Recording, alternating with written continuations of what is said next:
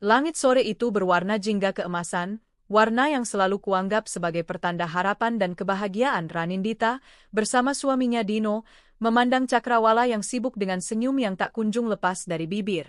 Dunia Ranindita terasa berhenti berputar pada hari Selasa sore yang lembab. Udara Jakarta yang panas seolah menyusup masuk melalui celah ventilasi, membuat napasnya terasa sesak, meski pendingin ruangan di rumah megah mereka bekerja dengan maksimal. Hari itu seharusnya menjadi hari yang biasa saja.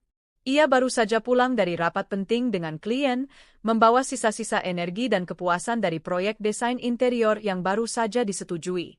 Ia melangkah masuk ke dalam rumahnya, sebuah istana kecil yang ia bangun bersama suaminya, Dino, dengan cinta dan kerja keras selama 8 tahun pernikahan mereka. Suara tawa kecil Laras, asisten rumah tangga mereka yang baru bekerja 6 bulan, terdengar dari arah dapur. Gadis muda berusia 20 tahun itu sedang bercanda dengan tukang kebun. Ranindita tersenyum tipis. Emira memang membawa keceriaan di rumah itu. Rajin, penurut, dan selalu tersenyum. Ia merasa beruntung telah menemukannya melalui sebuah yayasan penyalur yang terpercaya. Setelah meletakkan tas tangannya di sofa ruang keluarga, Ranindita memutuskan untuk membersihkan diri. Namun, alih-alih menuju kamar mandi utama di kamarnya, entah kenapa kakinya melangkah ke arah kamar mandi tamu yang juga sering digunakan oleh Laras. Kamar mandi itu terletak di dekat area servis, lebih kecil namun selalu terjaga kebersihannya berkat ketelatenan Laras. Saat ia hendak mencuci tangannya di wastafel, matanya menangkap sesuatu yang janggal. Sebuah kotak kecil berwarna putih dan biru tergeletak di lantai, sedikit tersembunyi di balik tempat sampah. Awalnya Ranindita mengabaikannya, mengira itu hanya kotak sabun atau pasta gigi baru. Namun, rasa penasarannya mengalahkan. Sambil mengeringkan tangan, ia berjongkok untuk melihat lebih jelas. Jantungnya berdebar sedikit lebih kencang saat ia mengenali bentuk dan merek kotak itu. Sensitif. Sebuah merek alat tes kehamilan yang sangat ia kenal. Tangannya gemetar saat memungut kotak itu. Kosong. Pikirannya langsung berkecamuk. Untuk apa Emira membeli ini? Apakah ia punya pacar? Selama ini Emira selalu bercerita bahwa ia tidak punya siapa-siapa di Jakarta selain bibinya yang tinggal di pinggiran kota. Ia gadis desa yang lugu, datang ke kota untuk mencari nafkah demi membantu keluarganya. Ranindita mencoba menenangkan dirinya. Mungkin saja ini milik temannya. Mungkin Emira hanya membelikannya untuk seorang teman. Ya, itu pasti penjelasannya. Tidak mungkin ada hal lain. Namun, sebuah dorongan aneh membuatnya membuka tempat sampah di sebelahnya. Dengan perasaan jijik yang tertahan, ia menyingkirkan beberapa lembar tisu bekas. Dan di sanalah benda itu berada. Sebuah alat tes spek putih dengan 2 garis merah yang tercetak jelas. Positif. Sangat positif. Waktu seolah berhenti. Suara dengungan pendingin ruangan terdengar seperti raungan di telinganya. 2 garis merah itu seolah menatapnya, mengejeknya. Selama 5 tahun terakhir, Ranindita dan Dino telah berjuang untuk mendapatkan 2 garis itu. Mereka telah menghabiskan ratusan juta rupiah untuk program bayi tabung, konsultasi dengan dokter-dokter terbaik, dan mencoba berbagai pengobatan alternatif. Setiap bulan, ia akan menatap alat tes dengan harapan yang meluap, hanya untuk disambut oleh 1 garis tunggal yang menyakitkan. Setiap kegagalan terasa seperti sayatan baru di hatinya, sebuah pengingat akan kekosongan di dalam rahimnya. Dan kini, 2 garis yang begitu ia dambakan muncul di alat tes milik pembantunya, di dalam rumahnya sendiri. Rasa pusing menderanya. Ia bersandar pada dinding keramik yang dingin, mencoba mengatur napasnya yang memburu. Siapa ayah dari anak ini? Kenapa menyembunyikannya? Rasa iba yang awalnya muncul untuk gadis itu perlahan terkikis oleh gelombang pertanyaan yang mengganggu. Ia teringat percakapannya dengan Emira beberapa minggu lalu. Gadis itu mengeluh sering mual di pagi hari dan tidak enak badan. Ranindita, dengan polosnya, mengira Emira hanya masuk angin biasa. Ia bahkan membuatkannya teh jahe hangat dan menyuruhnya lebih banyak beristirahat. Betapa bodohnya dia. Tanda-tanda itu begitu jelas, namun ia terlalu sibuk dengan dunianya sendiri untuk melihatnya. Ia memasukkan kembali alat tes itu ke tempat sampah, menutupnya rapat-rapat, seolah dengan begitu ia bisa mengubur kenyataan yang baru saja ia temukan. Ia meletakkan kembali kotaknya di bawah wastafel, persis di tempat ia menemukannya. Ia harus bersikap normal. Ia tidak boleh menunjukkan bahwa ia tahu sesuatu. Ia perlu waktu untuk berpikir, untuk mencerna informasi yang menghantamnya seperti badai. Dengan langkah gontai, ia keluar dari kamar mandi itu, hatinya terasa berat seolah ditimpa batu besar.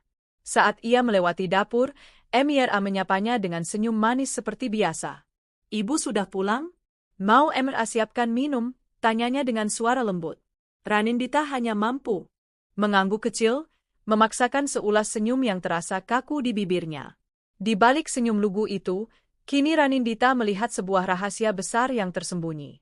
Dan entah kenapa, firasat buruk mulai merayap di dalam hatinya, sebuah firasat yang mengatakan bahwa rahasia ini akan menghancurkan dunianya. Firasat itu terasa dingin dan tajam, menusuk langsung ke jantungnya yang sudah terluka. Malam itu, meja makan terasa seperti panggung sandiwara. Ranindita berusaha keras memainkan perannya sebagai istri yang bahagia, sementara di dalam kepalanya, badai kecurigaan mengamuk tanpa henti. Ia menata hidangan favorit Dino, semur daging, tumis kangkung, dan sambal terasi, dengan gerakan yang terasa mekanis.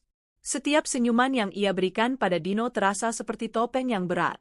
Dino, suaminya, tampak seperti biasa. Ia pulang kerja dengan wajah lelah, memberinya kecupan singkat di kening, lalu mengeluh tentang kemacetan Jakarta. Tidak ada yang aneh. Tidak ada yang berbeda. Dan justru itulah yang membuat Ranindita semakin gila. "Kamu kenapa, sayang? Kok diam saja dari tadi?" tanya Dino, menyadarkannya dari lamunan. Suaranya terdengar hangat dan penuh perhatian, suara yang sama yang selalu menenangkannya selama ini. Ranindita menggeleng cepat, memaksakan tawa kecil. "Nggak apa-apa, Mas. Cuma sedikit lelah, proyek di kantor lagi padat banget." Bohong. Sebuah kebohongan pertama dalam lautan kebohongan yang mungkin akan segera ia selami. Dino mengangguk mengerti, tangannya terulur mengusap punggung tangan Ranindita. "Jangan terlalu diforsir. Kesehatan kamu nomor 1. Sentuhan itu, yang biasanya terasa menenangkan, kini terasa seperti bara api. Ranindita menarik tangannya dengan halus, berpura-pura hendak mengambil piring. Matanya melirik ke arah Emira yang sedang menuangkan air ke dalam gelas Dino. Gadis itu menunduk, menghindari kontak mata. Perutnya yang biasanya rata kini tampak sedikit membuncit, meski tersembunyi di balik daster longgarnya. Atau itu hanya imajinasinya? Ranindita merasa seperti sedang berjalan di atas tali, mencoba menyeimbangkan antara kewarasan dan paranoia. Ia memperhatikan setiap interaksi antara Dino dan Laras. Sebuah lirikan singkat, sebuah senyuman tipis saat Emira tidak sengaja menyenggol kursi Dino. Apakah itu tatapan seorang majikan pada pembantunya, atau ada makna lain yang tersembunyi di baliknya? Malam itu, setelah makan malam, Ranindita duduk di ruang keluarga, berpura-pura menonton televisi. Pikirannya kembali pada satu detail yang selama ini ia anggap sepele, kebiasaan Dino mandi malam. Hampir 3 atau 4 kali seminggu, setelah Ranindita tertidur, Dino akan bangun dan pergi ke kamar mandi. Ketika Ranindita bertanya, jawabannya selalu sama, gerah. "Sayang, nggak bisa tidur kalau badan lengket." Terkadang, Ranindita bisa mencium aroma sampo yang segar saat Dino kembali ke tempat tidur. Ia akan keramas di tengah malam. Ranindita selalu menganggapnya sebagai kebiasaan aneh, tapi tidak pernah mencurigainya. Jakarta memang panas. Dino memang mudah berkeringat. Penjelasan itu selalu cukup baginya. Tapi sekarang, dengan penemuan tes pack itu, kebiasaan aneh itu tiba-tiba berubah menjadi sebuah petunjuk yang mengerikan. Kenapa seorang pria perlu keramas di tengah malam buta? Kecuali jika ia baru saja melakukan sesuatu yang membuatnya berkeringat, sesuatu yang intim. Sesuatu yang harus ia bersihkan jejaknya sebelum kembali ke tempat tidur di sebelah istrinya. Jantung Ranindita terasa seperti diremas. Kemungkinan itu begitu mengerikan, begitu tak terbayangkan, namun terasa sangat masuk akal. Kamar Emira berada di lantai bawah, tidak jauh dari kamar mandi tamu. Sangat mudah bagi Dino untuk menyelinap turun saat Ranindita sudah terlelap. Ranindita memejamkan matanya, mencoba mengusir pikiran itu. Tidak mungkin Dino. Dino adalah pria yang baik, suami yang setia. Pria yang menangis bersamanya setiap kali program bayi tabung mereka gagal. Pria yang selalu meyakinkannya bahwa cinta mereka lebih dari sekadar memiliki anak. Tidak mungkin pria yang sama tega mengkhianatinya dengan cara yang begitu keji di bawah atap rumah mereka sendiri dengan gadis lugu yang ia percayai. Namun, benih kecurigaan itu sudah tertanam. Dan ia mulai menyiraminya dengan observasi. Keesokan harinya, Ranindita memutuskan untuk bekerja dari rumah. Ia sengaja duduk di ruang kerja yang menghadap ke taman belakang, memberinya pemandangan langsung ke arah dapur dan area servis. Ia melihat Emir Ayang sedang mencuci piring, sesekali berhenti untuk memijat pinggangnya. Ia melihat Dino yang kebetulan juga sedang di rumah, berjalan ke dapur untuk mengambil minum. Ranindita menahan napas. Dino mengucapkan sesuatu pada Laras, sesuatu yang tidak bisa Ranindita dengar. Emir tertawa kecil, wajahnya merona. Dino tersenyum, lalu menepuk pelan puncak kepala Emir sebelum berlalu. Sebuah tepukan. Hanya sebuah tepukan biasa dari seorang majikan yang ramah. Tapi bagi Ranindita, itu adalah sebuah adegan dalam film horor. Keakraban itu terasa salah. Terlalu santai. Terlalu intim. Ranindita merasakan gelombang mual yang hebat, lebih parah dari mual yang mungkin dirasakan Emir di pagi hari. Rumah yang dulu menjadi surga baginya kini terasa seperti penjara. Setiap sudutnya menyimpan potensi pengkhianatan. Setiap interaksi menjadi bahan analisis.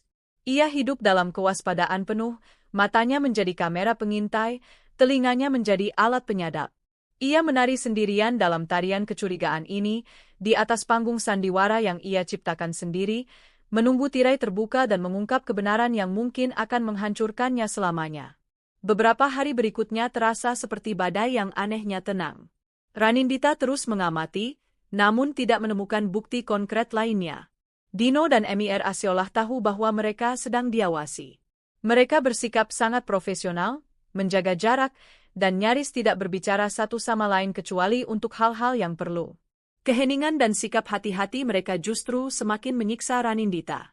Itu tidak terasa normal. Itu terasa seperti dua orang konspirator yang sedang tiarap, menunggu bahaya berlalu. Di tengah siksaan batin itu, Dino tiba-tiba menjadi suami yang paling sempurna di dunia. Ia pulang kerja lebih awal setiap hari, membawakan Ranindita bunga lili putih kesukaannya. Ia mengajaknya makan malam di restoran mewah tempat kencan pertama mereka, memesan semua makanan favorit Ranindita dan menatapnya dengan tatapan memuja yang dulu selalu berhasil meluluhkan hatinya. Aku tahu akhir-akhir ini aku sibuk banget, dan kamu juga pasti stres dengan pekerjaan, kata Dino di sela-sela makan malam romantis mereka, tangannya menggenggam tangan Ranindita di atas meja yang diterangi cahaya lilin. Aku janji, setelah proyek besarku selesai bulan depan, kita ambil cuti panjang. Kita ke Eropa, gimana? Ke Paris, Roma, tempat-tempat yang selalu ingin kamu datangi. Hati Ranindita terenyuh. Sebagian dari dirinya sangat ingin mempercayai semua ini. Ia ingin percaya bahwa kecurigaannya hanyalah buah dari stres dan paranoia karena kegagalan mereka memiliki anak. Ia ingin percaya bahwa Dino masihlah pria yang sama yang menikahinya 8 tahun lalu. Mungkin ia salah. Mungkin tespek itu benar-benar milik teman Laras. Mungkin keakraban yang ia lihat hanyalah kebaikan hati seorang majikan. Aku cinta banget sama kamu, Ranindita, bisik Dino. Matanya berkaca-kaca. Cuma kamu satu-satunya di hati aku. Jangan pernah ragukan itu. Air mata Ranindita akhirnya jatuh. Air mata kebingungan, kelegaan, sekaligus ketakutan. Ia memeluk Dino erat-erat, menghirup aroma parfum maskulin yang begitu ia kenal. Aku juga cinta sama kamu, Mas, balasnya lirih. Malam itu, untuk pertama kalinya dalam seminggu, ia merasa secercah harapan. Ia mencoba mengubur semua kecurigaannya dalam-dalam, berharap semua itu akan mati dan membusuk di sana. Keesokan harinya, Ranindita bahkan mencoba berbaik hati pada Laras. Saat melihat gadis itu sedang menyetrika, Ranindita menghampirinya. Laras, kamu kelihatannya pucat. Kamu sakit? Tanyanya dengan nada selembut mungkin. Emir tampak terkejut dengan perhatiannya. Enggak apa-apa, Bu. Cuma sedikit pusing saja. Kalau kamu butuh istirahat, istirahat saja. Atau kalau mau ke dokter, biar ibu antar. Jangan sungkan, kata Ranindita, memuji reaksi gadis itu. Mata Mira membelalak sesaat, ada kilat panik di sana sebelum ia berhasil menyembunyikannya. Tidak usah, Bu. Terima kasih banyak. Nanti juga sembuh sendiri, jawabnya tergagap, lalu kembali fokus pada pekerjaannya dengan wajah tertunduk. Reaksi panik itu, meski hanya sekilas, sudah cukup untuk membuat benih kecurigaan Ranindita tumbuh kembali. Harapan yang baru saja ia pupuk tadi malah mulai layu. Ranindita sadar, badai ini belum berakhir. Ini hanyalah jeda, ketenangan sesaat sebelum sambaran petir yang sesungguhnya datang. Puncaknya terjadi pada hari Sabtu. Ranindita dan Dino sedang bersantai di teras belakang, menikmati teh sore. Mira datang membawakan sepiring pisang goreng hangat. Saat meletakkan piring di meja, gaun daster yang ia kenakan sedikit tersingkap oleh angin, dan untuk sepersekian detik, Ranindita melihatnya. Perut laras. Perut itu tidak lagi rata. Ada sebuah lengkungan kecil yang pasti, sebuah bukit mungil yang menandakan kehidupan baru sedang tumbuh di dalamnya. Itu bukan lagi imajinasinya. Itu nyata. Dino, yang juga melihatnya, dengan cepat mengalihkan pandangan. Terlalu cepat. Gerakannya kaku dan tidak wajar. Ia pura-pura sibuk dengan ponselnya, namun Ranindita bisa melihat rahangnya mengeras. Dalam sekejap, semua keraguan Ranindita menguap.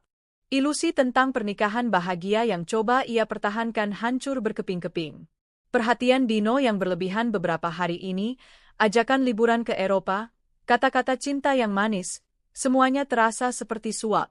Sebuah upaya untuk menenangkannya, untuk membuatnya buta terhadap kebenaran yang terjadi tepat di depan matanya. Ranindita merasakan dingin yang menusuk hingga ke tulang. Ia sedang duduk di sebelah suaminya, pria yang berbagi tempat tidur dengannya, namun ia merasa lebih sendirian dari sebelumnya. Badai yang tenang telah usai. Kini ia bisa mendengar suara gemuruh yang semakin mendekat. Ia tahu, ia tidak bisa lagi hidup dalam penyangkalan. Ia harus mencari bukti, bukti yang tak terbantahkan, yang akan mengakhiri semua sandiwara ini. Dan ia akan melakukannya, tidak peduli seberapa sakit kebenaran itu nantinya. Tekad Ranindita sudah bulat. Ia tidak akan lagi menjadi penonton yang pasif dalam drama rumah tangganya sendiri. Ia akan menjadi sutradaranya. Ia akan mencari kebenaran, seburuk apapun itu. Kesempatan itu datang pada hari Senin sore, ketika Mira sedang sibuk mencuci mobil di garasi depan.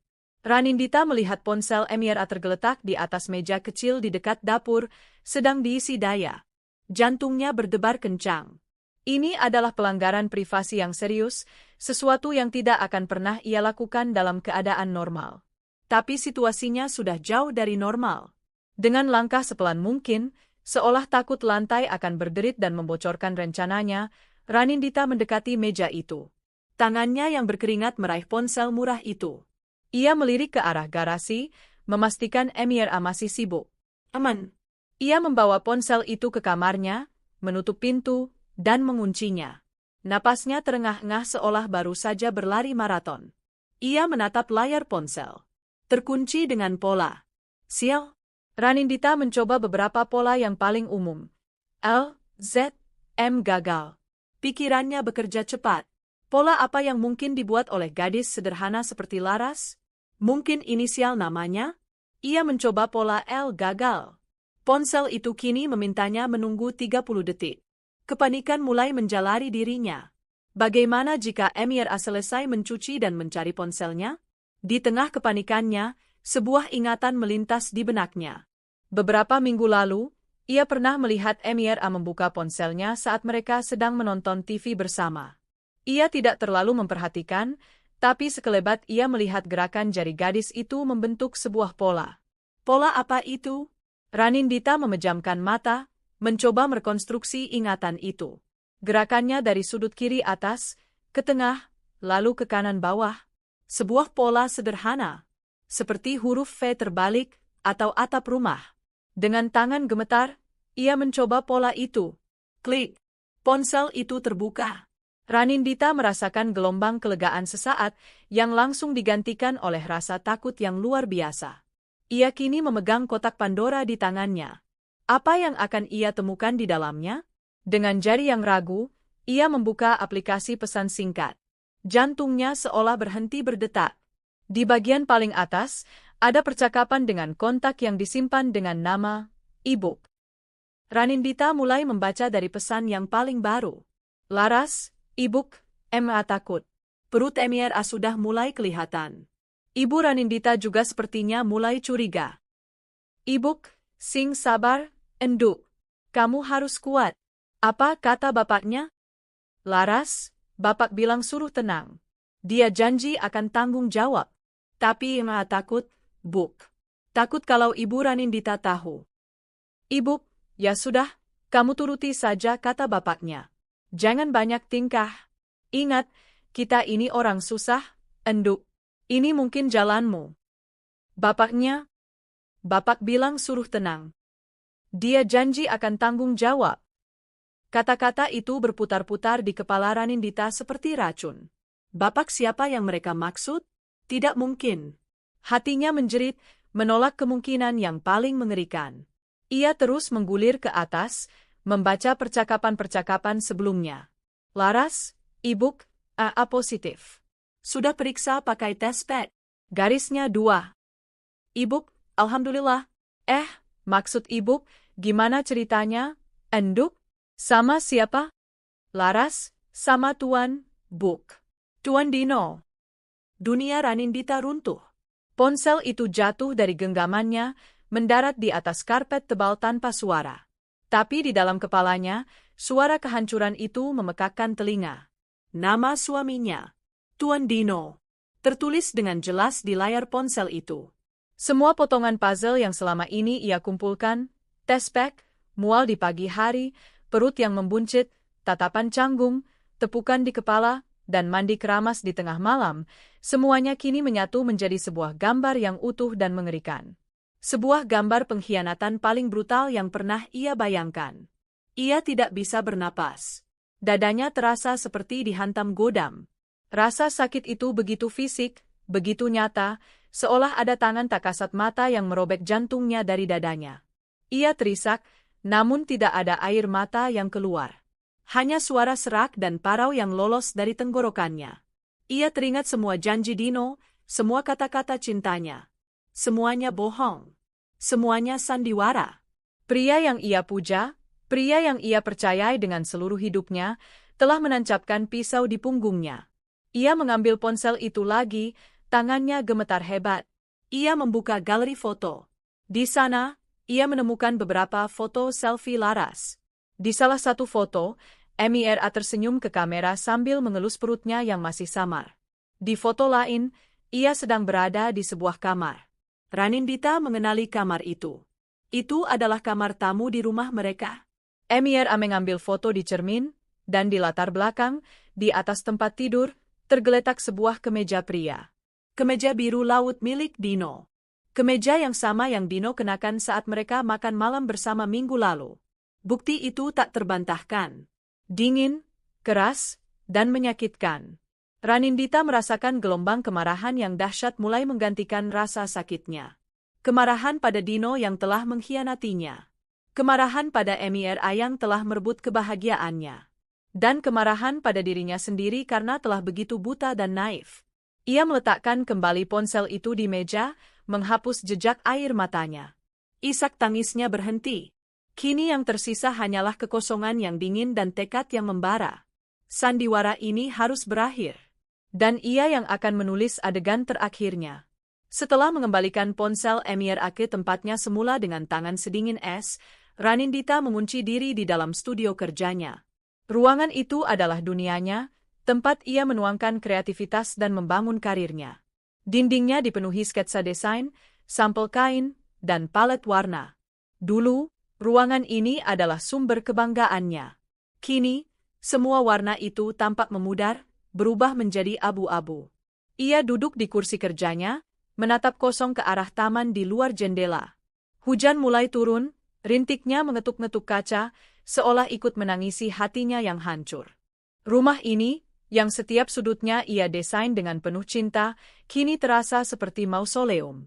Sebuah monumen megah untuk sebuah pernikahan yang telah mati. Pikirannya melayang, ditarik oleh gema kenangan yang menyakitkan. Ia teringat hari pertama mereka pindah ke rumah ini 5 tahun yang lalu. Dino menggendongnya melewati ambang pintu, seperti di film-film romantis. Mereka tertawa, berlarian dari satu ruangan ke ruangan lain, merencanakan masa depan mereka. Nanti di sini ruang keluarga kita, sayang, kata Dino sambil merangkulnya di ruangan yang masih kosong dan berdebu. Dengan sofa yang besar dan empuk, tempat kita nonton film sampai malam. Dan di sini, Ranindita menunjuk ke sebuah ruangan di lantai atas, akan jadi kamar anak kita. Dindingnya akan kita cat dengan gambar awan dan bintang. Dino tersenyum, mengecup keningnya. Aku nggak sabar nunggu rumah ini penuh sama suara tangis dan tawa anak kita nanti. Kenangan itu terasa seperti belati yang diputar di dalam lukanya. Janji-janji itu, mimpi-mimpi itu, kini terasa seperti lelucon yang kejam. Dino akan mendapatkan suara tangis bayi di rumah ini, tapi bukan dari rahim Ranindita. Bayi itu akan lahir dari rahim perempuan lain, hasil dari pengkhianatan yang terjadi di bawah atap yang sama. Ironi itu begitu pahit hingga Ranindita merasa ingin muntah. Ia membuka laci mejanya, menemukan sebuah album foto lama. Di sana ada foto-foto pernikahan mereka. Ia dan Dino tersenyum bahagia, mata mereka berbinar penuh cinta dan harapan. Ada foto-foto liburan mereka ke Bali, ke Lombok, ke Singapura. Di setiap foto, mereka tampak seperti pasangan yang sempurna, lambang kebahagiaan.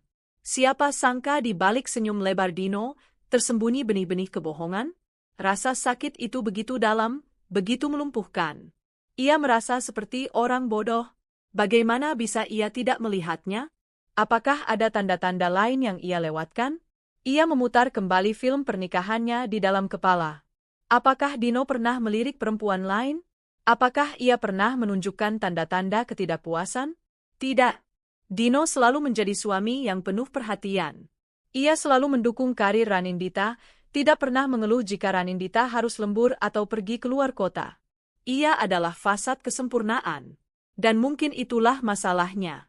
Ia terlalu sempurna, terlalu pandai menyembunyikan sisi gelapnya. Ranindita berdiri dan berjalan mengelilingi ruangan. Matanya tertumbuk pada sebuah foto besar di dinding, foto dirinya dan Dino saat merayakan ulang tahun pernikahan mereka yang ke-7 tahun lalu. Mereka berada di sebuah restoran di puncak bukit, dengan latar belakang kerlip lampu kota. Di foto itu, Ranindita menyandarkan kepalanya di bahu Dino, dan Dino merangkulnya dengan protektif. Saat itu, Ranindita merasa menjadi wanita paling beruntung di dunia. Kini, saat menatap foto itu, ia hanya melihat 2 orang asing. Seorang wanita naif yang tersenyum pada seorang pembohong ulung. Kemarahan mulai mendidih lagi, membakar habis sisa-sisa kesedihannya. Ini bukan salahnya. Ia tidak bodoh. Ia hanya terlalu percaya. Ia terlalu mencintai suaminya hingga membutakannya dari kemungkinan terburuk. Ia telah memberikan segalanya untuk pernikahan ini, hatinya, tubuhnya, kesetiaannya, bahkan mimpinya untuk menjadi seorang ibu ia perjuangkan mati-matian demi mereka berdua. Dan apa balasannya? Pengkhianatan. Di rumahnya sendiri. Dengan asisten rumah tangganya. Rasa sakit itu bermetamorfosis menjadi sesuatu yang lain. Sesuatu yang lebih keras, lebih dingin. Sebuah kekuatan. Ia tidak akan hancur. Ia tidak akan membiarkan mereka melihatnya menangis dan memohon. Ia telah membangun hidupnya, karirnya, dengan tangannya sendiri sebelum bertemu Dino. Ia bisa melakukannya lagi. Ia akan membangunnya kembali dari puing-puing kehancuran ini. Hujan di luar semakin deras, seolah alam sedang membersihkan dunia. Ranindita menatap pantulan dirinya di kaca jendela. Wajahnya pucat, matanya bengkak, tapi di dalam sorot matanya ada sesuatu yang baru. Sebuah kilatan baja. Ia tidak akan lagi menjadi korban dalam cerita ini. Ia akan mengambil alih kendali. Ia akan merencanakan langkahnya dengan hati-hati. Konfrontasi tidak bisa dihindari, tapi ia akan melakukannya dengan caranya sendiri pada waktu yang ia tentukan. Rumah ini mungkin telah terluka oleh pengkhianatan, tapi ia tidak akan membiarkan dirinya ikut terluka selamanya. Ia akan menyembuhkan rumah ini dan dirinya sendiri dengan membersihkan semua hama yang telah mengotorinya. Keesokan paginya, Ranindita bangun dengan perasaan yang aneh. Kekosongan di hatinya masih ada, namun kini terisi oleh ketenangan yang dingin. Ia tidak lagi menangis. Ia tidak lagi merasa panik. Ia merasa seperti seorang jenderal yang sedang merencanakan pertempuran terakhirnya. Pertempuran untuk merebut kembali harga dirinya. Ia mandi, berdandan lebih teliti dari biasanya. Ia memilih setelan kerja berwarna merah marun yang tajam, memoles bibirnya dengan lipstik berwarna senada. Ia menatap cermin, bukan lagi sebagai wanita yang patah hati, tapi sebagai wanita yang memegang kendali. Hari ini, ia akan mulai menyusun skenario akhir dari drama rumah tangganya. Langkah pertama adalah mencari kekuatan dari luar. Ia tidak bisa melalui ini sendirian. Setelah sarapan yang canggung di meja makan, di mana ia berhasil bersikap normal di depan Dino dan Laras, ia pergi ke kantor lebih awal. Namun, tujuannya bukan kantornya, melainkan sebuah firma hukum milik sahabatnya, Anggita. Anggita adalah seorang pengacara perceraian yang andal dan galak. Ia adalah sahabat Ranindita sejak kuliah, orang yang tahu semua cerita tentang perjuangannya dengan Dino. Saat Ranindita masuk ke ruangannya dan menceritakan semuanya, dari penemuan tes pack hingga pesan di ponsel Laras, wajah Anggita mengeras. "Brengsek," desis Anggita setelah Ranindita selesai bercerita. "Aku tidak pernah menyangka Dino bisa sebusuk itu. Di rumahmu sendiri? Dengan pembantumu? Itu level pengkhianatan yang berbeda, Ran." Ranindita hanya mengangguk, tenggorokannya terasa tercekat. Menceritakannya dengan lantang membuat semuanya terasa lebih nyata dan menyakitkan. "Oke, dengarkan aku," kata Anggita, beralih ke mode pengacara. "Pertama, jangan konfrontasi mereka dulu. Terutama Dino. Kita harus kumpulkan amunisi sebanyak mungkin. Foto-foto percakapan di ponsel Emir itu sudah bagus. Apa kamu sempat memfotonya?" Ranindita menggeleng. "Tidak. Aku terlalu panik." "Sial. Oke, tidak apa-apa. Kita cari cara lain." "Kedua, soal rumah dan aset. Rumah itu atas nama siapa?" "Atas nama kami berdua," jawab Ranindita. "Bagus. Harta gono gini. Kita akan pastikan kamu mendapatkan bagianmu, bahkan lebih, karena ini jelas kesalahan ada di pihaknya. Perselingkuhan, apalagi sampai menghasilkan anak, adalah bukti yang sangat kuat di pengadilan." Anggita menjelaskan semua langkah hukum yang harus mereka ambil, dari proses mediasi hingga kemungkinan persidangan. Mendengar semua istilah hukum itu membuat kepala Ranindita pusing, tapi juga memberinya sedikit kekuatan. Ini bukan lagi hanya masalah hati, ini adalah perang. "Yang paling penting, Ran," kata Anggita sambil menggenggam tangan sahabatnya, "kamu harus kuat. Mereka akan mencoba memanipulasimu. Dino akan memohon, menangis, menyalahkanmu. Emir mungkin akan memainkan kartu korban. Jangan termakan. Ingat siapa dirimu. Kamu Ranindita, wanita kuat dan sukses yang tidak butuh pria brengsek seperti dia." Kata-kata Anggita seperti suntikan adrenalin bagi Ranindita. Ia benar. Ia tidak boleh lemah. Setelah pertemuan itu, Ranindita merasa lebih siap. Ia punya rencana. Ia punya dukungan. Pulang ke rumah sore itu, ia melihat Dino sedang bermain catur dengan Emir di teras belakang. Pemandangan yang aneh. Sejak kapan mereka punya hobi bersama? Dino tertawa lepas saat Emir salah melangkah. Emir cemberut dengan gaya manja. Mereka tampak seperti pasangan muda yang sedang kasmaran. Pemandangan itu tidak lagi menyakiti Ranindita. Sebaliknya, itu memuakkan. Dan itu memberinya ide untuk skenario konfrontasinya. Ia tidak akan menyerang mereka secara membabi buta. Ia akan membangun panggungnya sendiri. Ia akan membiarkan mereka merasa nyaman dalam kebohongan mereka, sebelum ia meruntuhkan semuanya sekaligus. Malam itu, saat makan malam, Ranindita memulai permainannya. "Mas, aku ada kabar gembira," katanya dengan senyum cerah yang dibuat-buat. Dino dan Mira sama-sama menatapnya. "Kabar apa, sayang?" tanya Dino. "Dokter menelepon tadi. Katanya ada teknologi baru untuk program bayi tabung, tingkat keberhasilannya tinggi sekali. Aku mau kita coba lagi bulan depan." "Aku sudah buat janji konsultasi," kata Ranindita, matanya menatap lurus ke arah Dino, mencari celah di pertahanannya. Wajah Dino pucat pasi. Senyumnya membeku. "Oh ya? Bagus dong," jawabnya terbata-bata. Ranindita bisa melihat kepanikan di matanya. Di sudut matanya, ia juga melihat Emir A menunduk, tangannya tanpa sadar mengelus perutnya. Ranindita merasa puas. Umpannya berhasil ditelan. Iya, aku semangat banget, Mas. Aku yakin kali ini kita pasti berhasil.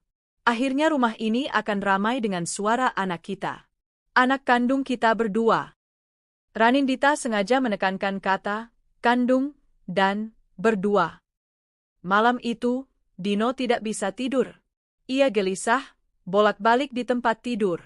Ranindita pura-pura sudah terlelap, tapi ia merasakan setiap gerakan suaminya. Ia tahu Dino sedang terjebak dalam perangkapnya. Rencananya berjalan dengan sempurna. Ia akan membiarkan Dino tersiksa oleh rasa bersalah dan ketakutannya selama beberapa hari. Ia akan membangun ketegangan ini hingga mencapai puncaknya.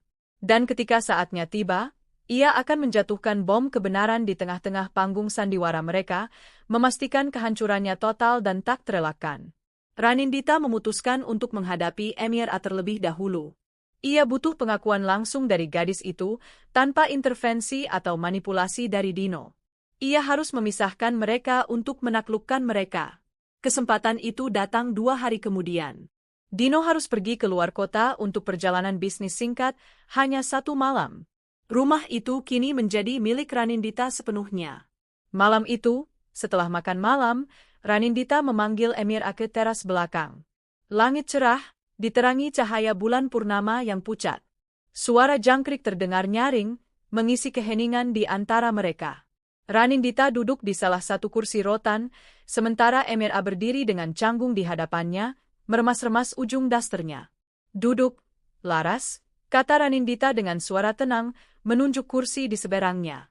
Nada suaranya tidak marah, hanya datar dan dingin, yang entah kenapa terasa lebih menakutkan. Emir A menurut, duduk di ujung kursi seolah siap melarikan diri kapan saja. Ranindita menatap gadis itu lekat-lekat. Di bawah cahaya bulan, wajah Emir A yang biasanya tampak lugu kini terlihat penuh beban. Ada lingkaran hitam di bawah matanya. Sudah berapa bulan? Tanya Ranindita langsung, tanpa basa-basi. Tubuh Emir A menegang. Wajahnya pucat pasi. "Ma maksud ibu?" Tanyanya dengan suara bergetar. "Jangan pura-pura tidak tahu, Laras. Aku tahu kamu hamil." "Pertanyaanku, sudah berapa bulan?" Ulang Ranindita, suaranya masih tetap tenang namun menusuk. Air mata mulai menggenang di pelupuk mata Laras. Ia menunduk, tidak berani menatap Ranindita. "3 bulan, Bu." Cicitnya nyaris tak terdengar. 3 bulan. Ranindita menghitung mundur. 3 bulan yang lalu adalah saat Ranindita sedang sibuk-sibuknya mengurus proyek besar di luar kota. Ia sering pulang larut malam, terlalu lelah untuk memperhatikan apapun. Saat itulah mereka melakukannya. Di saat ia bekerja keras untuk masa depan mereka, suaminya justru sibuk menanam benih di rahim wanita lain. Rasa sakit yang tajam kembali menghantamnya, tapi ia menahannya. Ia harus tetap fokus. Dan ayahnya Tuan Dino, kan? Lanjut Ranindita. Pertanyaan itu seperti bendungan yang jebol. Emir A pecah dalam tangis yang pilu. Ia terisak-isak, tubuhnya berguncang hebat. "Maafkan Laras, Bu. Maafkan Laras." Hanya itu yang bisa ia ucapkan berulang kali. Ranindita membiarkannya menangis selama beberapa saat. Ia tidak merasakan iba. Ia hanya merasakan kekosongan. "Aku tidak butuh permintaan maafmu, Laras. Aku butuh cerita. Aku mau tahu bagaimana semua ini bisa terjadi." Dengan terbata-bata, di sela isak tangisnya, Emir A mulai bercerita. Awalnya adalah perhatian-perhatian kecil dari Dino. Pujian tentang masakannya, pertanyaan tentang keluarganya di kampung.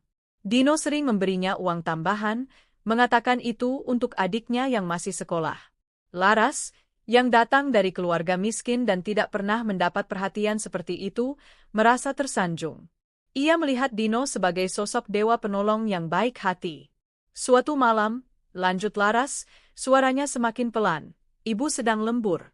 Bapak turun ke dapur," katanya lapar. Emir A buatkan mie instan. Lalu Bapak mulai cerita tentang masalahnya. Katanya Bapak kesepian. Katanya Ibu terlalu sibuk. Ranindita mengepalkan tangannya di bawah meja. Jadi Dino menyalahkannya?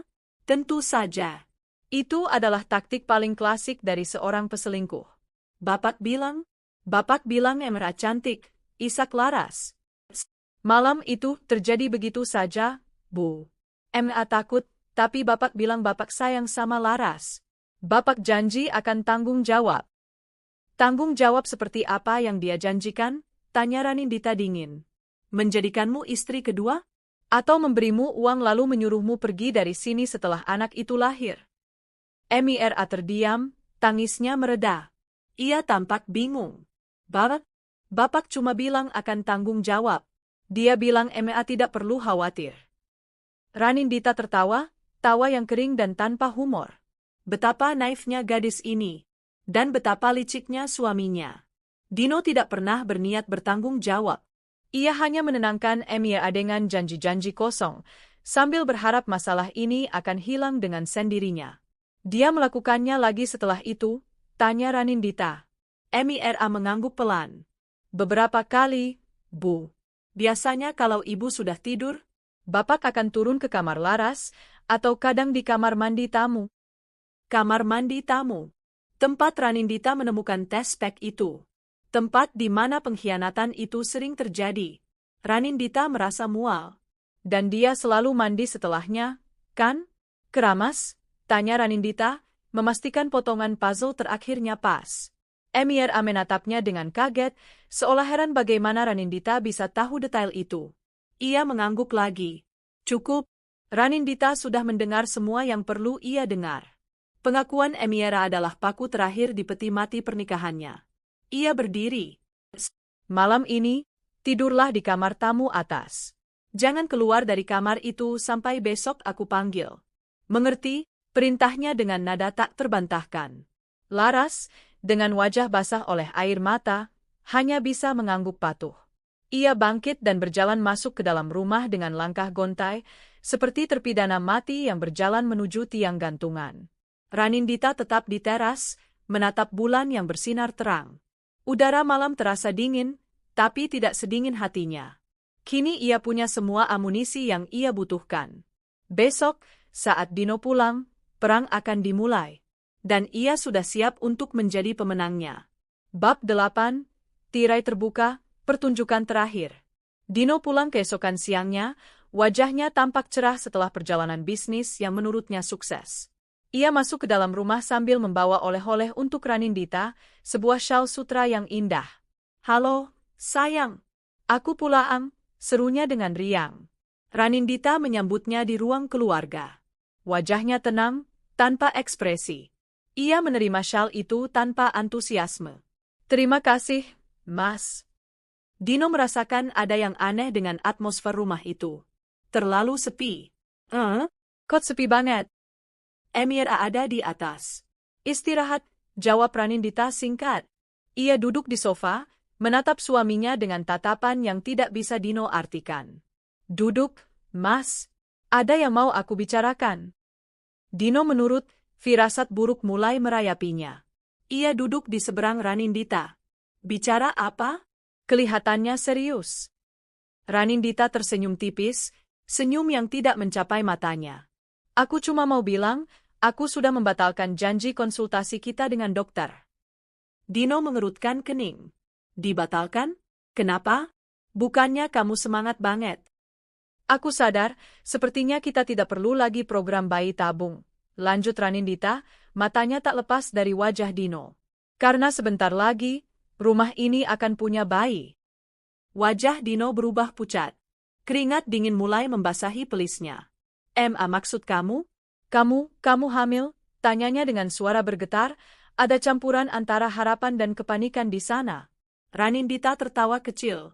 Bukan aku, Mas. Tapi selamat ya, kamu akan jadi ayah. Jantung Dino seolah berhenti berdetak. Ia tahu. Entah bagaimana, Ranindita tahu. Aku nggak ngerti maksud kamu, Ranindita, elaknya, mencoba mempertahankan benteng pertahanan terakhirnya.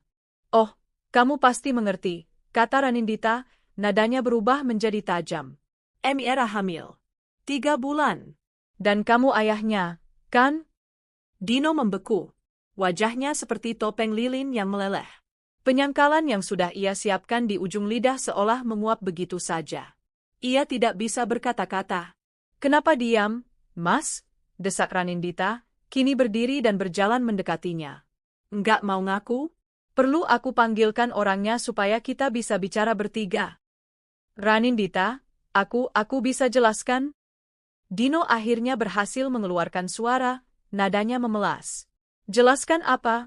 Bentak Ranindita, ketenangannya akhirnya pecah. Jelaskan bagaimana kamu bisa tidur dengan pembantu kita di bawah atap rumah kita sendiri.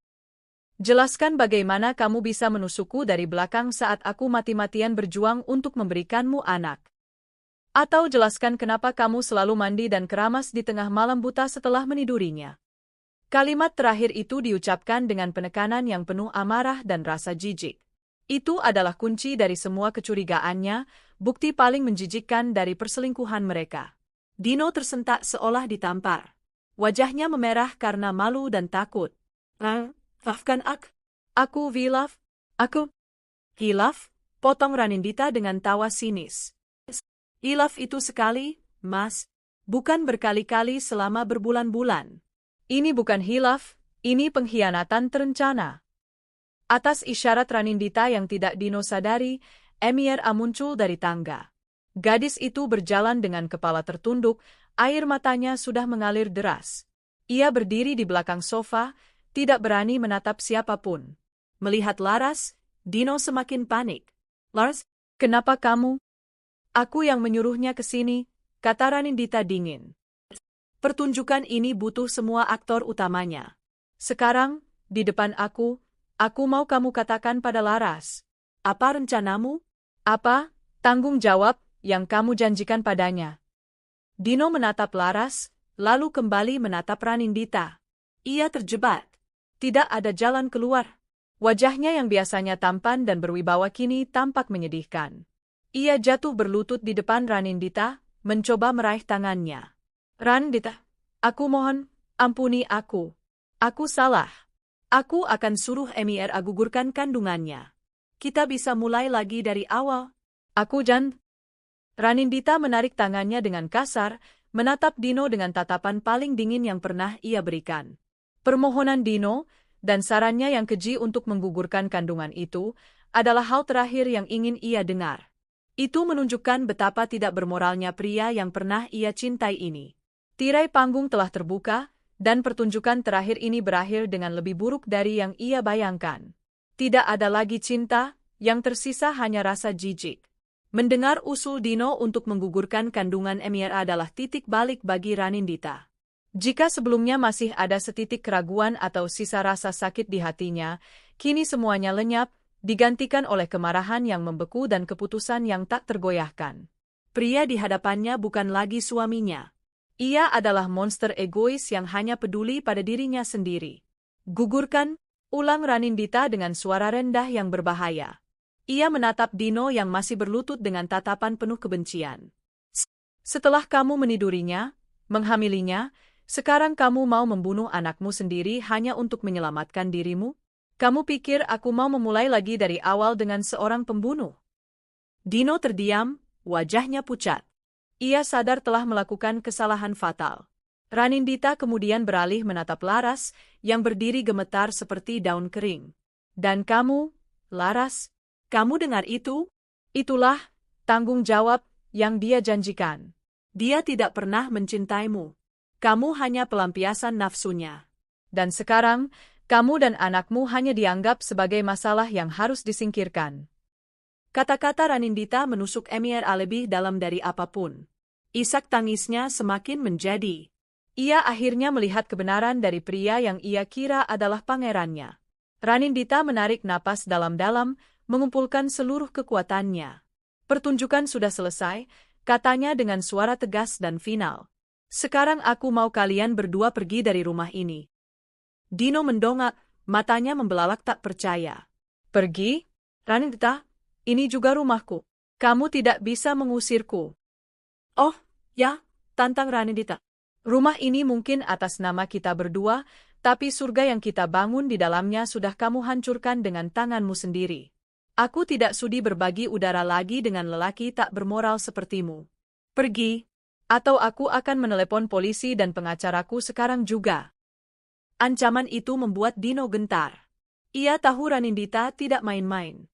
Ia juga tahu posisinya sangat lemah. Ambil barang-barang kalian. Hanya yang paling penting. Aku beri waktu 30 menit, perintah Ranindita, suaranya sedingin es. Ia melirik Laras. Kamu juga? Ambil barang-barangmu di kamar bawah. Dengan langkah gontai dan kekalahan yang telak, Dino bangkit dan berjalan menuju kamar mereka. Ranindita mengikutinya, bukan untuk membantunya, tapi untuk mengawasinya. Ia melihat Dino memasukkan pakaiannya ke dalam koper dengan gerakan kasar dan penuh amarah. Kamu akan menyesal, Ranindita, desis Dino. Kamu pikir kamu bisa hidup tanpaku? Ranindita bersandar di ambang pintu, lengannya bersedekap. Pertanyaan yang sama seharusnya kamu tanyakan pada dirimu sendiri, Mas. Kamu pikir kamu bisa hidup tanpa semua fasilitas yang kamu nikmati dari kerja kerasku juga? Selamat menikmati hidup barumu dengan pacar barumu. Aku harap uangmu cukup untuk membiayai persalinan dan membesarkan anakmu. Sindiran telak itu membungkam Dino. Ia tahu sebagian besar kemewahan hidup mereka memang ditopang oleh penghasilan Ranindita yang jauh lebih besar sebagai desainer interior ternama. 30 menit kemudian, 2 koper berdiri di dekat pintu depan. Satu milik Dino, satu lagi tas ransel besar milik Laras. Dino menatap Ranindita untuk terakhir kalinya, matanya penuh campuran antara amarah, penyesalan, dan permohonan. Tapi mata Ranindita sudah tertutup untuknya. Pergi, hanya itu kata yang keluar dari bibir Ranindita.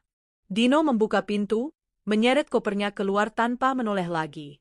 Mira mengikutinya seperti bayangan, wajahnya basah oleh air mata dan penuh kebingungan akan masa depannya. Ranindita menutup pintu di belakang mereka. Bunyi, klik, dari kunci yang ia putar terdengar seperti bunyi paling memuaskan yang pernah ia dengar. Ia bersandar di pintu, membiarkan tubuhnya merosot ke lantai. Keheningan tiba-tiba menyelimuti rumah itu. Keheningan yang memekakkan telinga. Tidak ada lagi suara Dino, tidak ada lagi isak tangis Laras. Hanya ada dia, sendirian di istananya yang kini terasa kosong dan dingin. Air mata yang selama ini ia tahan akhirnya tumpah. Ia menangis, bukan karena kehilangan Dino, tapi karena kelegaan. Ia menangis untuk melepaskan semua rasa sakit, pengkhianatan, dan kemarahan yang telah ia pendam. Ia menangis untuk membersihkan sisa-sisa racun dari sistemnya. Rumah ini telah dibersihkan dari hama. Surga ini mungkin telah hilang, tapi ia tidak hancur. Dari puing-puing ini, ia akan membangun kembali kerajaannya sendiri. Sendirian. Dan ia tahu, ia akan baik-baik saja. Beberapa bulan berlalu sejak malam pengusiran itu. Musim hujan telah berganti, membawa serta udara yang lebih cerah dan harapan baru. Rumah Ranindita tidak lagi terasa dingin dan kosong. Perlahan tapi pasti, ia mengisi kembali setiap sudutnya dengan kehidupannya sendiri. Ia mengecat ulang dinding kamar tidur utama dengan warna biru laut yang menenangkan, membuang semua sisa kenangan tentang Dino. Studio kerjanya menjadi semakin hidup dengan proyek-proyek baru yang menantang. Proses perceraian berjalan alot, seperti yang sudah diprediksi oleh Anggita. Dino, melalui pengacaranya, mencoba mengklaim setengah dari seluruh aset, berdalih bahwa ia juga berkontribusi dalam rumah tangga. Namun, bukti perselingkuhan yang tak terbantahkan, ditambah kesaksian dari beberapa tetangga yang curiga dan pengakuan Mira yang berhasil didokumentasikan oleh tim Anggita, membuat posisi Dino sangat lemah. Akhirnya, pengadilan memutuskan pembagian aset yang lebih menguntungkan Ranindita. Rumah itu sepenuhnya menjadi miliknya. Ranindita tidak pernah lagi mendengar kabar dari Dino secara langsung. Dari Anggita, ia tahu bahwa Dino dan Mira tinggal bersama di sebuah rumah kontrakan kecil di pinggiran kota. Dino kesulitan mencari pekerjaan baru setelah reputasinya tercoreng, dan hidup mereka ditopang oleh sisa-sisa uang pesangon perceraian. Ranindita tidak merasakan kepuasan dari penderitaan mereka. Ia hanya merasakan ketidakpedulian. Mereka bukan lagi bagian dari dunianya. Suatu sore, saat sedang menyiram tanaman di tamannya, sebuah mobil berhenti di depan gerbang rumahnya. Seorang wanita parubaya turun, tampak ragu-ragu. Ranindita mengenalinya sebagai Bibi Laras, wanita yang pernah sekali datang berkunjung. Dengan enggan, Ranindita membukakan gerbang. Wanita itu datang dengan maksud untuk meminta bantuan. Emiera sudah melahirkan seorang bayi laki-laki yang sehat, namun mereka kesulitan membiayai hidup. Ia datang untuk memohon belas kasihan Ranindita. Ranindita mendengarkan dengan tenang. Hatinya tidak lagi merasakan amarah. Ia menatap wanita itu dan berkata, "Saya sudah memberikan bagian untuk ayah dari anak itu melalui proses pengadilan. Tanggung jawab selanjutnya ada pada dirinya, bukan pada saya. Anak itu tidak bersalah, tapi dia bukan tanggung jawab saya." Ia memberikan sedikit uang kepada wanita itu, bukan karena iba pada Emir atau Dino, tapi murni karena kemanusiaan untuk si bayi yang tidak berdosa. Ini untuk membeli susu dan keperluan bayinya. Tapi ini yang pertama dan terakhir. Setelah ini, tolong jangan datang ke sini lagi, kata Ranindita dengan tegas namun tidak kejam. Setelah wanita itu pergi, Ranindita kembali ke tamannya. Ia menatap bunga-bunga lili putih yang sedang mekar, bunga yang dulu selalu Dino berikan padanya. Kini, ia menanamnya sendiri. Ia tidak lagi membutuhkan orang lain untuk memberinya bunga. Malam itu, Ranindita mengundang sahabat-sahabatnya, termasuk Anggita, untuk makan malam. Rumah itu penuh dengan tawa dan celoteh, suara yang jauh lebih merdu daripada keheningan yang menyakitkan atau pertengkaran yang melelahkan. Mereka merayakan hari kemerdekaan Ranindita. "Jadi, apa rencanamu selanjutnya, Nyonya Merdeka?" goda Anggita sambil mengangkat gelasnya. Ranindita tersenyum, senyum yang tulus dan datang dari hati. "Aku ingin melakukan perjalanan sendirian ke tempat-tempat yang dulu hanya ada dalam mimpiku. Paris, Roma, aku akan pergi bukan untuk melarikan diri, tapi untuk menemukan diriku lagi." Sahabat-sahabatnya bersorak. Di tengah kehangatan persahabatan itu, Ranindita merasa utuh. Luka di hatinya mungkin akan selalu meninggalkan bekas, seperti goresan pada perabotan antik. Namun, bekas luka itu tidak lagi terasa sakit. Itu adalah pengingat akan pertempuran yang telah ia menangkan, pengingat akan kekuatannya sendiri. Ia telah menemukan tespek di kamar mandi pembantunya, dan penemuan itu telah meruntuhkan dunianya. Namun, dari reruntuhan itu, ia membangun kembali sebuah dunia yang baru. Dunia yang lebih kuat, lebih bijaksana, dan sepenuhnya miliknya. Fajar baru telah menyingsing di cakrawala hidupnya, dan ia siap menyambutnya dengan tangan terbuka. 4 tahun adalah waktu yang panjang sekaligus melelahkan, cukup panjang untuk menyembuhkan luka yang paling dalam hingga hanya menyisakan bekas samar, namun cukup singkat untuk mengingat dengan jelas rasa sakit dari setiap sayatan. Bagi Ranindita, 5 tahun telah menjadi sebuah kanvas, yang awalnya kosong dan terciprat noda kelabu pengkhianatan, kini telah terlukis penuh dengan warna-warni kehidupan yang ia ciptakan sendiri. Firma desain interior miliknya, Ruang Ranindita, tidak lagi hanya beroperasi di Jakarta.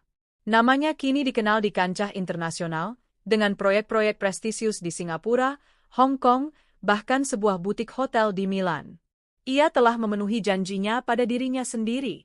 Ia telah melihat menara Eiffel berkelip di malam hari dari balkon apartemen sewaannya di Paris, melemparkan koin ke air mancur Trevi di Roma dengan harapan bukan untuk cinta tapi untuk kebijaksanaan, dan menemukan ketenangan yang tak terduga di tengah taman Zen di Kyoto. Perjalanan itu bukan pelarian, melainkan penemuan. Di setiap kota, ia meninggalkan sebagian kecil dari masa lalunya dan menemukan potongan baru dari dirinya. Rumahnya di Jakarta telah bertransformasi. Dinding yang dulu seolah bergema dengan kenangan pahit kini dihiasi karya seni kontemporer dan artefak yang ia kumpulkan dari perjalanannya. Tidak ada lagi foto pernikahan. Sebagai gantinya, ada sebuah lukisan abstrak besar dengan sapuan warna biru, emas, dan merah marun, warna kekuatan dan ketenangan, yang mendominasi ruang keluarga.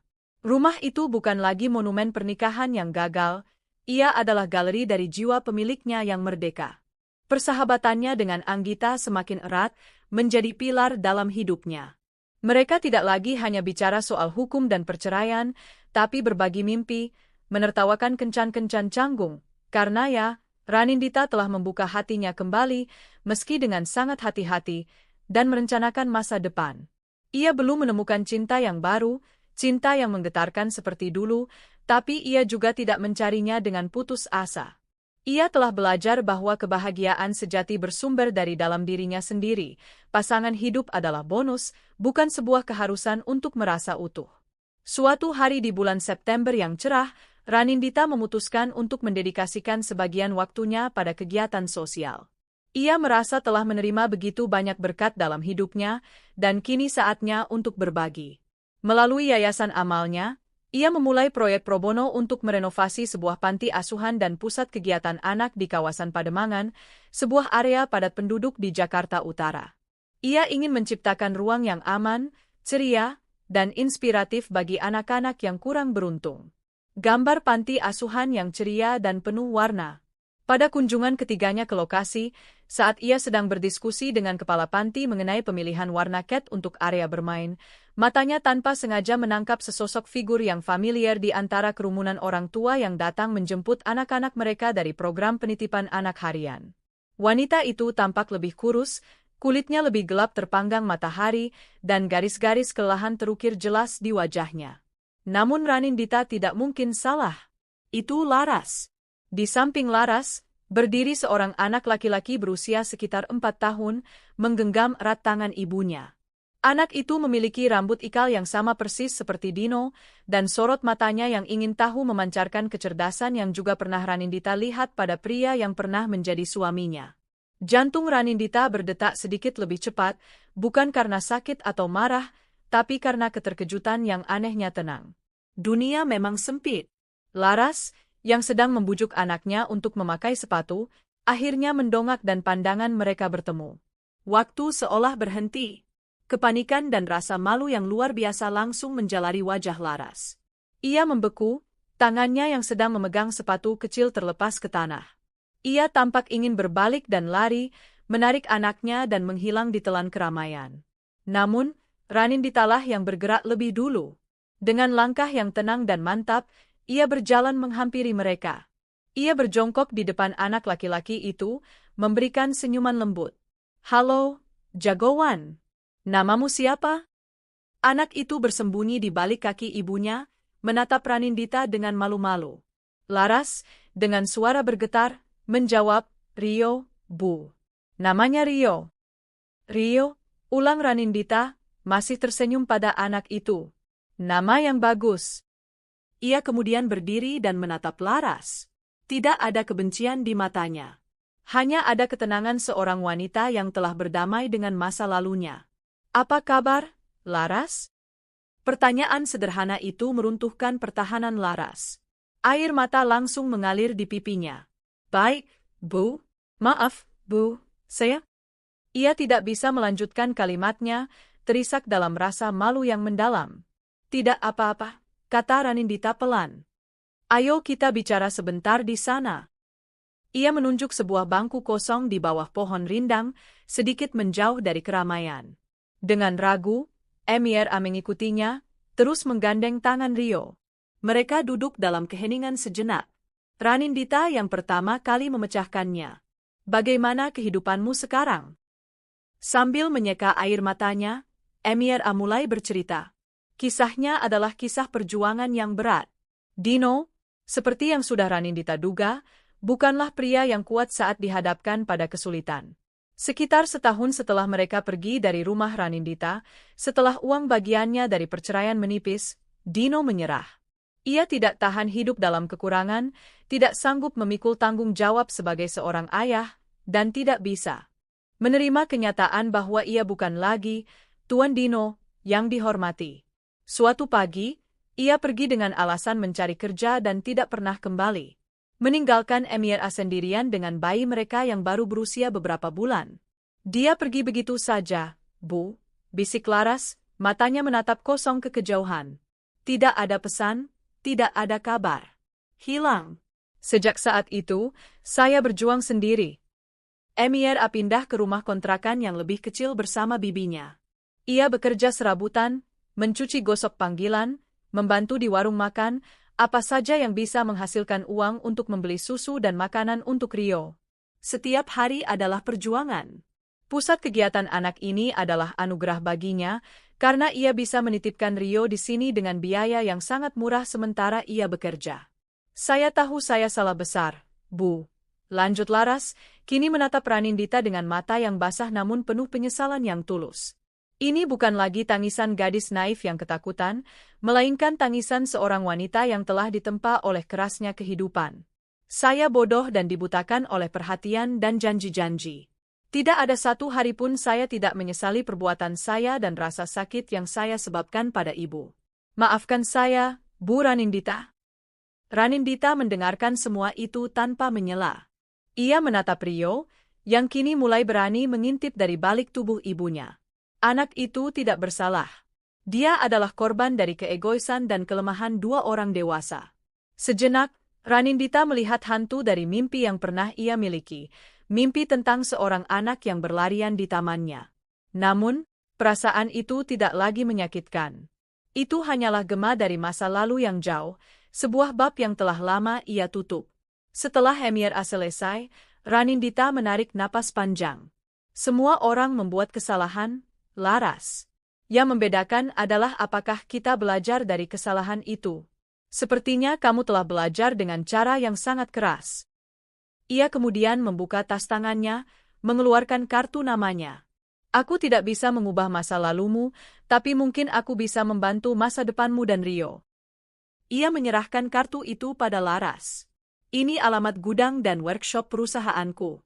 Aku butuh seorang asisten administrasi untuk mengurus stok barang dan pencatatan. Pekerjaannya tidak berat, jam kerjanya tetap, dan gajinya cukup untuk kamu bisa menyewa tempat tinggal yang lebih layak dan merawat Rio dengan baik. Hemiera menatap kartu nama itu, lalu menatap Ranindita dengan tidak percaya. Matanya membelalak, mulutnya sedikit terbuka. Ibu, kenapa? Setelah semua yang saya lakukan? Ranindita tersenyum tipis. Aku tidak melakukan ini untukmu, Laras. Atau untuk masa lalu. Aku melakukan ini untuknya. Ia mengarahkan dagunya pada Rio. Dia berhak mendapatkan kesempatan untuk memiliki kehidupan yang lebih baik. Anggap saja ini caraku berinvestasi pada masa depan seorang anak yang tidak bersalah. Tawaran itu adalah sebuah tindakan pengampunan tertinggi. Bukan pengampunan yang melupakan, tapi pengampunan yang melepaskan. Dengan menolong Laras, Ranindita melepaskan sisa-sisa terakhir dari belenggu masa lalunya. Ia tidak lagi berperan sebagai korban yang tersakiti, melainkan sebagai arsitek dari takdirnya sendiri, yang bahkan mampu mengubah takdir orang lain menjadi lebih baik. Malam itu, setelah meninggalkan panti asuhan dengan perasaan ringan yang luar biasa, Ranindita mengemudi di sepanjang jalan Ahmad Yani. Lampu-lampu gedung pencakar langit berkelip seperti berlian di kegelapan. Gambar pemandangan kota Jakarta di malam hari, ia menelepon Anggita. Git, kamu nggak akan percaya siapa yang aku temui hari ini, katanya, suaranya terdengar ceria.